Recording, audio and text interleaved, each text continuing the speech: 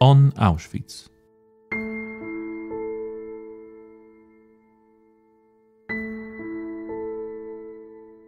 The history of Auschwitz is exceptionally complex.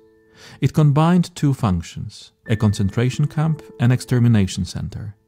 Nazi Germany persecuted various groups of people there, and the camp complex was continually expanded and transformed.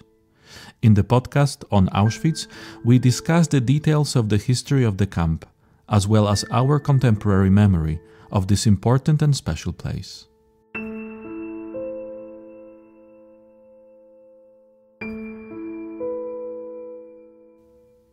On February 15th, the Polish premiere of the film The Zone of Interest, directed and written by Jonathan Glazer, was held at the Auschwitz Museum.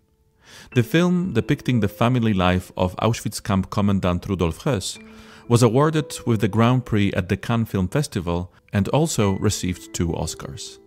The screening was followed by a discussion with the filmmakers, moderated by the Auschwitz Museum director, Dr Piotr Cywiński.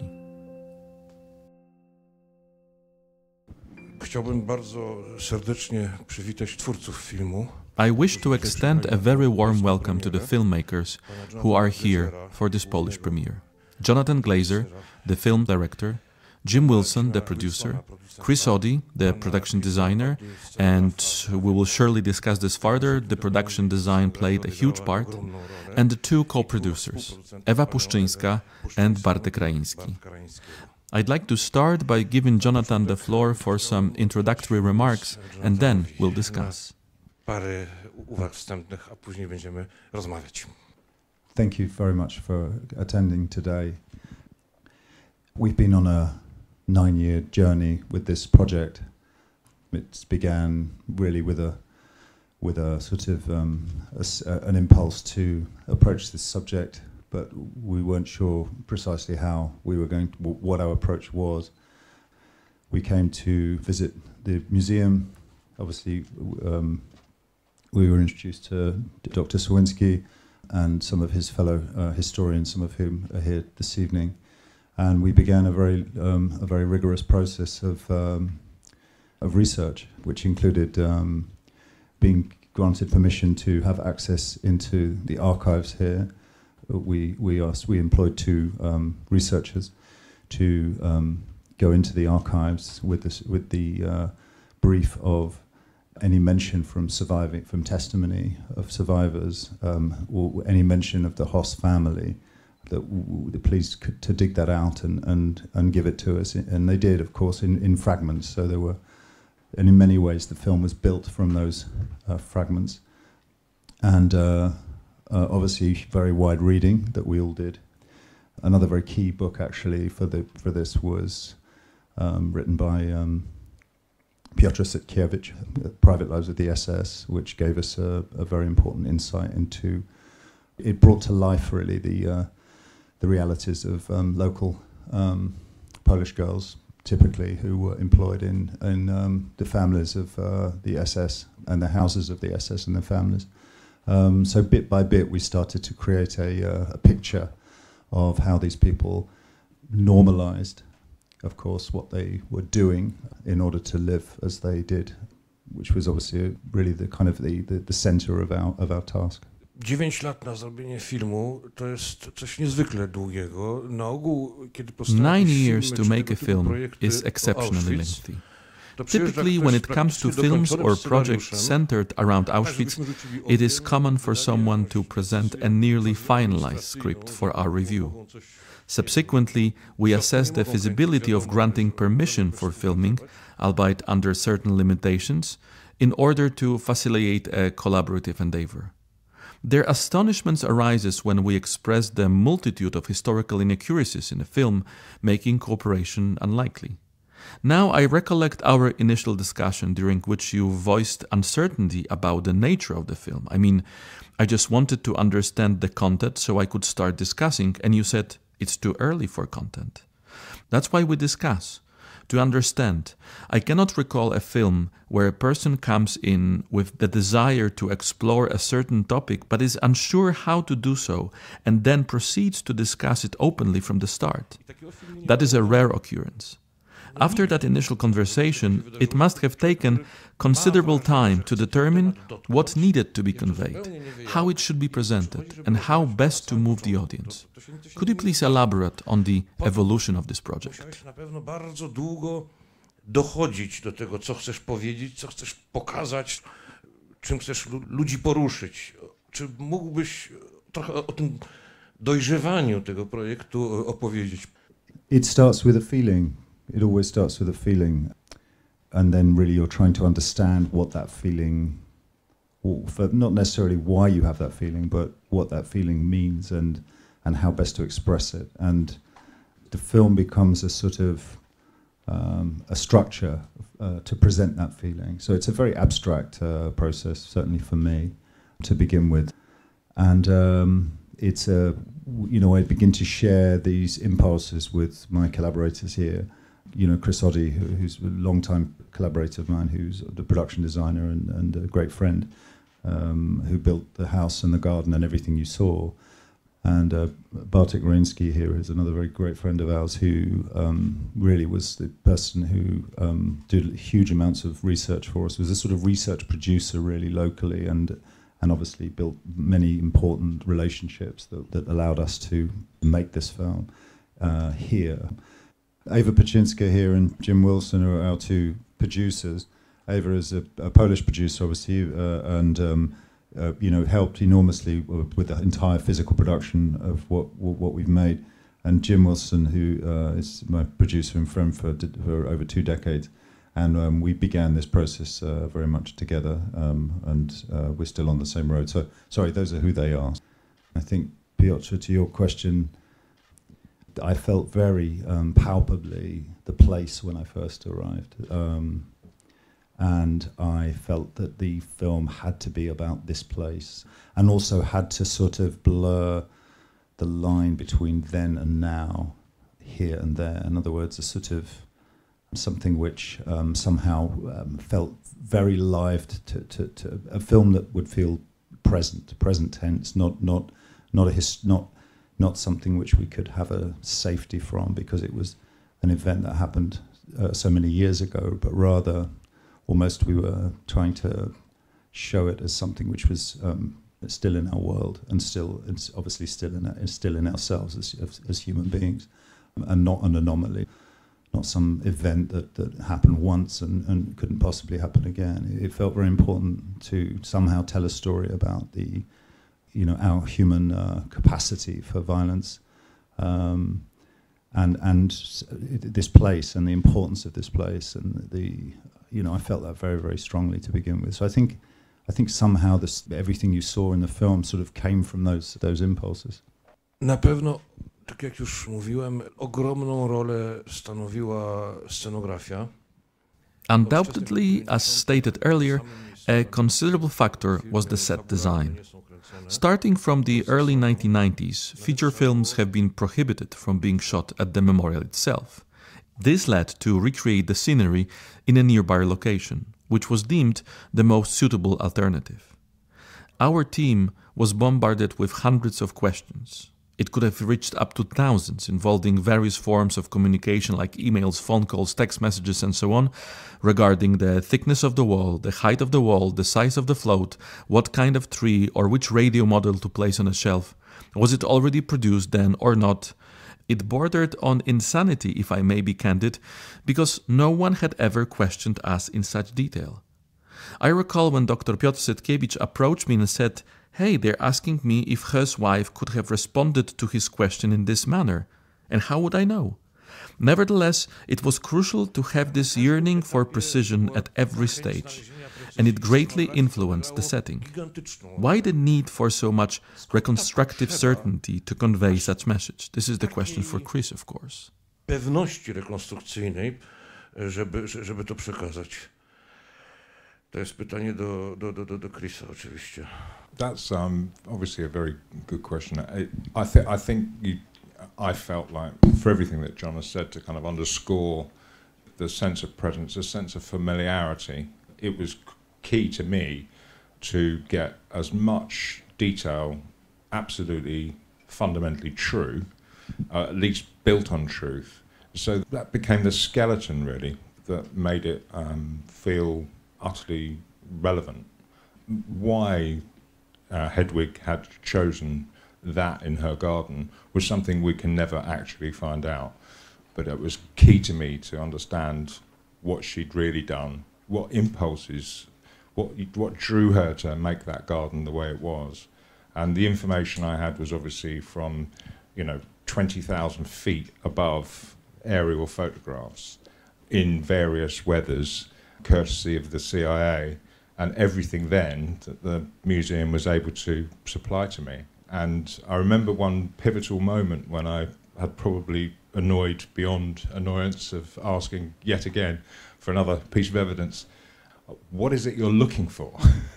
And I was unable to answer the question, so I thought, any picture with a horse in it, I remember saying, thinking that might cast the net so wide that within that I might glean yet more information. And it informed not just what's in the garden, but also what's over the wall. And of course, we never go there in the film, but we hear it. And so lots of that evidence just built up this atmospheric. You have to embody these characters. That was a very difficult task. But you have to get inside them as people to understand what they would have liked to have on that side table and what that kitchen might have been like. And we had obviously testament, as John says, from the private SS, and that was obviously had first-hand accounts of people the girls who cleaned the house for them, and that was very good intel. But I just felt constantly like there must be more, and as soon as I understood something from it, I wanted to know more because I wanted it to be as archaeological as possible. Tak, i to bardzo, bardzo czuć i powstał film. Yes, and this is extremely noticeable. The result is a film that is in many ways unique. A film also unique in terms of its shooting style. It would be impractical to have a scene being filmed in a typical house with small rooms, considering the presence of lighting technicians, cameramen, makeup artists, sound engineers, and whoever else in the room. Upon visiting the set, I was surprised to find a dozen or more cameras strategically positioned throughout the house. Next to them, the entire crew was huddled in a container, meticulously reviewing the footage displayed on multiple screens. They collectively determined whether scenes required reshooting or the take was okay. As a result, the house was occupied solely by actors who performed their roles with utmost naturalness. They remained unaffected by the presence of 3 people performing a scene and 30 people walking around with all sorts of equipment, circulating and causing distractions. The authenticity of these scenes is palpable in this film, prompting my question to Jim Wilson, who also coordinated the production aspect of the movie. Could this be considered a glimpse into the future of cinema, where actors are placed in highly authentic scenarios without the entire production crew present? Playing out these scripts, in my opinion, produced a phenomenal result. Wokół, bo to dało fenomenalny, w moim przekonaniu, rezultat w odgrywaniu tych scen. The film was entirely shot in Poland. 100%, so that was a key thing. I don't know if it's for me or John or anyone here to speak for the future of all filmmaking, and really it's a question for John, but I might guess that it's the future of his filmmaking. Maybe not. I mean, I don't, you heard it right, this idea, the way of shooting with lots of cameras to create this sort of immersive present tense feeling. I mean, I think it was a methodology that came as an answer to a question about the ideas in the film. And I think that's always how John works. And I think always these choices across the films he's made and the ones I've been involved with, it's only been 4, but what a 4, that the methodology comes from an idea, the philosophy of the idea, the ethics, the politics, an intellectual. So here it was this idea of to do a number of things. It was to put the viewer in a position where they could have some kind of, hopefully, identification, even if it was a partial identification with the perspective. There was the best chance of perhaps it reflecting us.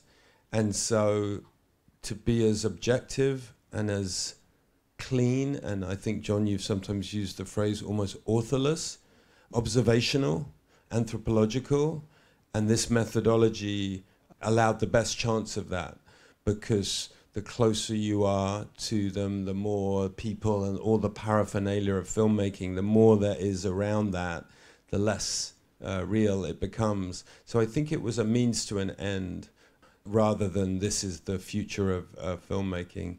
I mean, I don't know if we can have a conversation among ourselves. I think, John, you enjoy in a general way, I think you enjoy that way of filmmaking. It began a little bit under the skin of testing that out, but I guess there could be stories in film that wouldn't need that methodology. What do you think? I think, as Jim says, it's a response to the task. You know, it's that thing of trying to find its form and content. It's finding a unity of those ingredients, really, and you design things according to the story you're trying to tell, or the way you're trying to tell a story.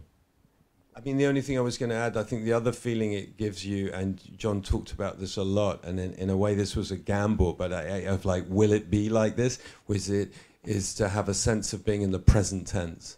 So with all these cameras filming at the same time, it means that, I don't know how familiar you are with how films are normally made, whether it be 1 or 2 cameras, where you shoot the scene and then you stop and you do it again, and you move the camera to the other side and you shoot the other angle, and then you cut it together. Here, because 10 cameras were capturing everything at the same time, you never had to stop to do that. So everything is being covered at the same time. And when you're watching the film in the edits, what you're watching is happening in real time, in the present tense. So the maid is bringing the glass of schnapps to the terrace out front at the same time as the men are talking, having the meeting about the new crematorium design in the study, at the same time as Hedwig and her friends are having a coffee morning, and all of those things are happening exactly the same time, and you are seeing them in the present tense. And I think, John, you always had a sense that would create a feeling of you just like a fly on the wall. This was happening before you were there, and it's still happening, and that would feel very modern and present, and not something like an historical film. And that, again, was part of that ethical, political idea of hoping to make us glimpse ourselves, perhaps in an uncomfortable way, in this family. Tak, I to też bardzo wyróżnia ten film. Indeed, this is also one of the crucial aspects that sets this film apart. We are among individuals who, to a large extent, have seen multiple films about Auschwitz, whether due to their employment at the museum or proximity to the location. Nevertheless, I wanted to ask Ewa Puszczyńska what, in your opinion and experience, distinguishes this film. In the context of this project, what would you suggest placing in the initial row? Wysunęła na pierwszy rząd, jeśli chodziło o ten projekt. Ja myślę, że ten film wyróżnia się, można powiedzieć, wszystkim, dlatego że wszystkie jak gdyby facts and figures. I think this film stands out, one might say, because all the facts and figures, that is, the numbers, the historical facts about the Holocaust, about the Auschwitz camp are, one might say, widely known, or hopefully widely known, right? We hope so. Nevertheless, in Poland, particularly among individuals of my age group, there is a sense that this is part of our DNA, even though this film does not center around specific facts and figures. It talks about people. Furthermore, it talks about the people John previously mentioned, specifically highlighting the comparison between the present being discussed and our own present. But what can I say to avoid any unnecessary prolongation? The remarkable aspect that I'm certain you've noticed is that we have, in a sense, 2 films in this case. One film we hear, and another film we see. I believe this to be exceedingly unique because we do not show the victims. We only show the perpetrators, in this particular light, in these particular situations. Conversely, what we hear and what we see, somewhere in our subconscious, builds up the whole picture of this horror, and that, in my opinion, is all the more frightening. We see an incredible paradise, one might say, right next to hell. And it is only this paradise right next to the hell we hear that makes this horror all the more terrifying. let me say that this film has left a lasting impression on me, and I could go on and on about it. But what sets it apart is its innovative approach and overall uniqueness. Not showing prisoners, not showing physicality. At the same time, these become even more apparent. I consider this to be a highly unusual occurrence for me, one of the very unusual things about this film. Myślę, że to jest dla mnie takim czymś bardzo niezwykłym. Jedną z bardzo niezwykłych rzeczy dotyczących tego filmu. Trudno się nie zgodzić. Na początku pamiętam. It's hard to disagree. Initially, I recall watching the very early version, even here, without any sound. It was essentially a prototype, and I found it intriguing how the wall in the scene symbolized the division between these two worlds. It wasn't until I saw the final version that I realized that this wall doesn't create a division. It is a bridge, a link between these two worlds. Bartek, those individuals who played a role in the production of the film, even if only throughout administrative decisions, deserve a big thank you. Special recognition should be given to the local government officials for their contribution, such as closing the nearby road temporarily. Because it was Bartek who met with these individuals, without whom it would not have been possible to achieve in terms of sound. Bartek practically became, if not a resident, then a regular visitor to Oświęcim for several years, as the film encountered two difficulties along the way. The initial plans for filming were thrown off the track due to the sudden onset of COVID-19, and the subsequent introduction of Brexit only added to these difficulties. In any case, this was the project that you coordinated on site, setting up the necessary conditions to shoot it successfully at every level. However, it also lasted incredibly long and encountered genuine objective challenges. Tell us a bit about it from your experience. Realne, obiektywne trudności.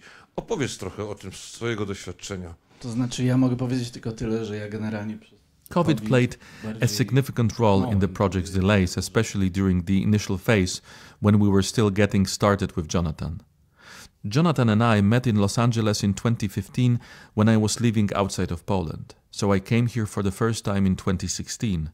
Occasionally I would return home, but most of my time was spent here, and as each year passed, my time here became increasingly longer. It goes without saying that it was associated with the film's preparations, which involved comprehensive research and a meticulous step-by-step approach. At this point in time, I'm present here, and it can be said that Poland, specifically Auschwitz and the memories associated with it, have compelled me to stay. Ściągnęło mnie gdzieś z powrotem tu. Film uzyskał, drogi Jonathanie, bardzo pozytywne opinie.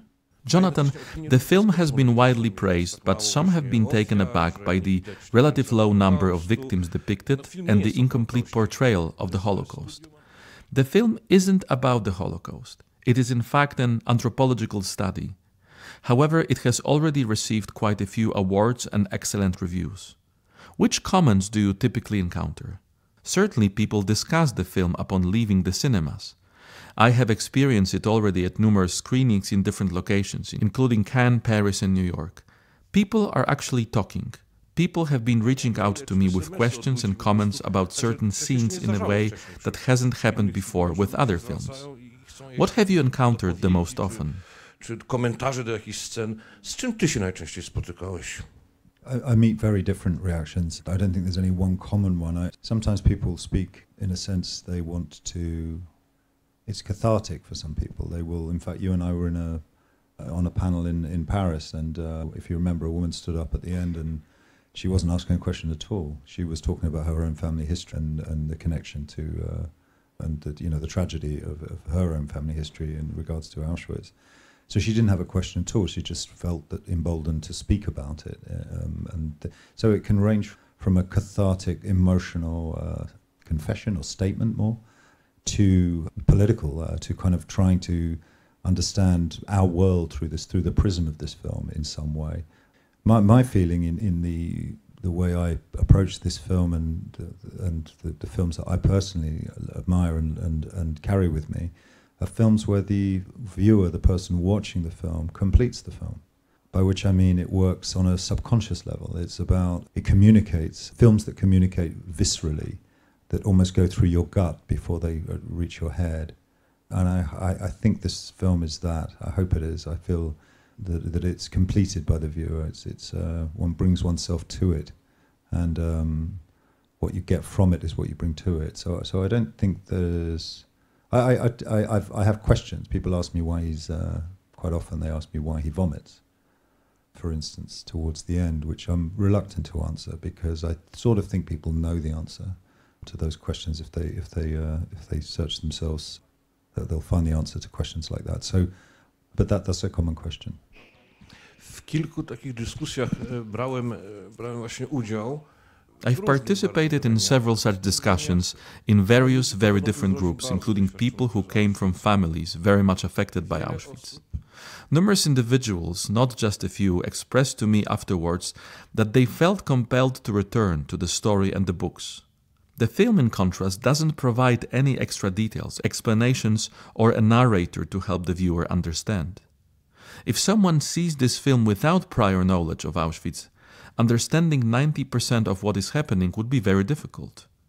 Were you not concerned that by presenting the information in a naturalistic manner, akin to that of a pseudo-documentary and not providing much explanation, the significance of hearing shouting from behind a wall to someone who is unaware of the events taking place behind that wall would be lost? Were you not concerned? This is a film for people who know, or for those who can admit that they don't know and go back to the books, to the sources. Potrafią się przyznać do tego, że nie wiedzą i wrócić do książek, do źródeł. I think we are, the images for people who are aware of this history, of course, are seared in our minds. So the sounds that you hear in this film, the sonic landscape of this film, those sounds, sound by definition is interpretive. So we can see those images in our mind's eye when we hear those sounds. And I think one of the things that struck me about the film so far, in terms of people who've seen the film, is actually how many young people have responded to the film. And I know Jim and I have spoke about that at length, and whether or not, to your point, we would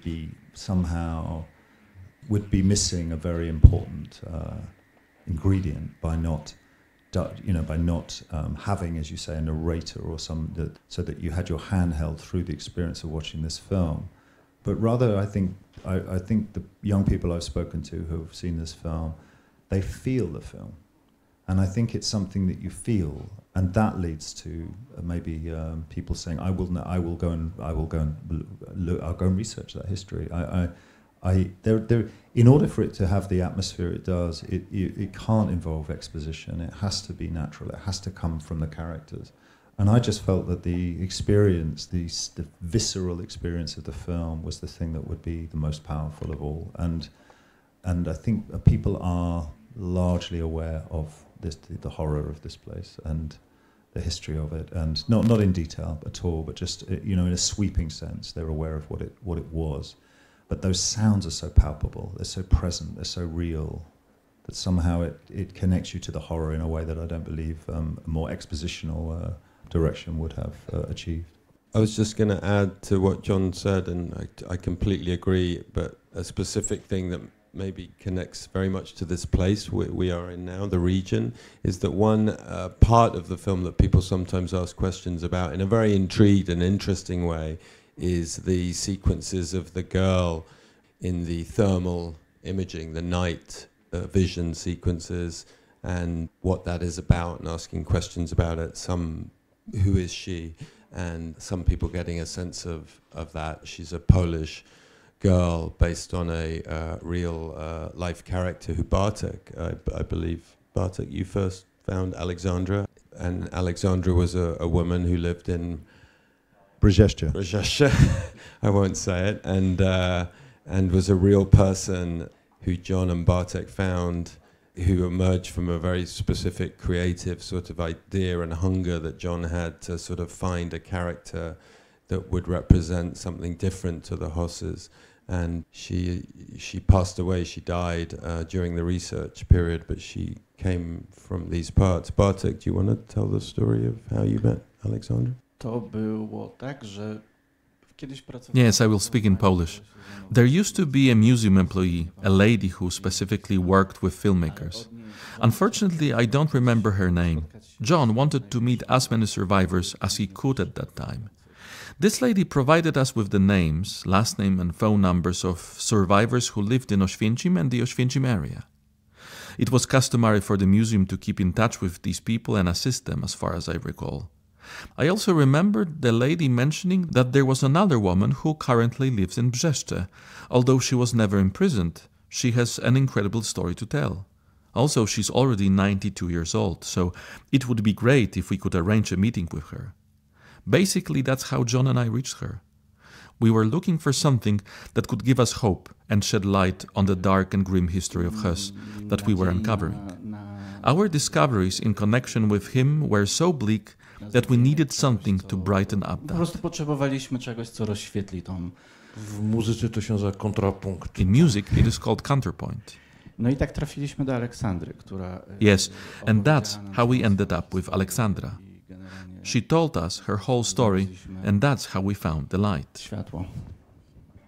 Proszę Państwa, no, tą premierą zamyka się pewne koło.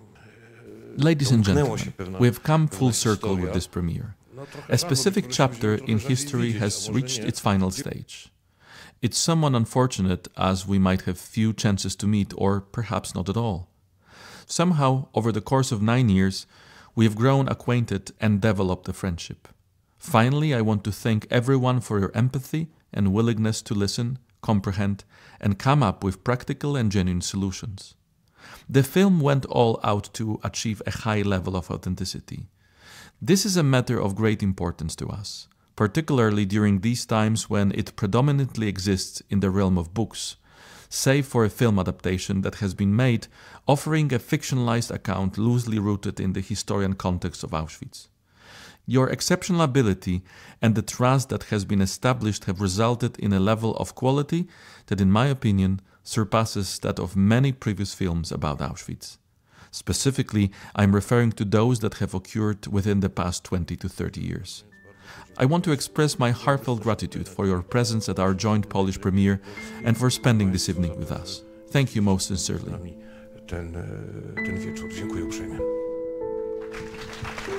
Thank you.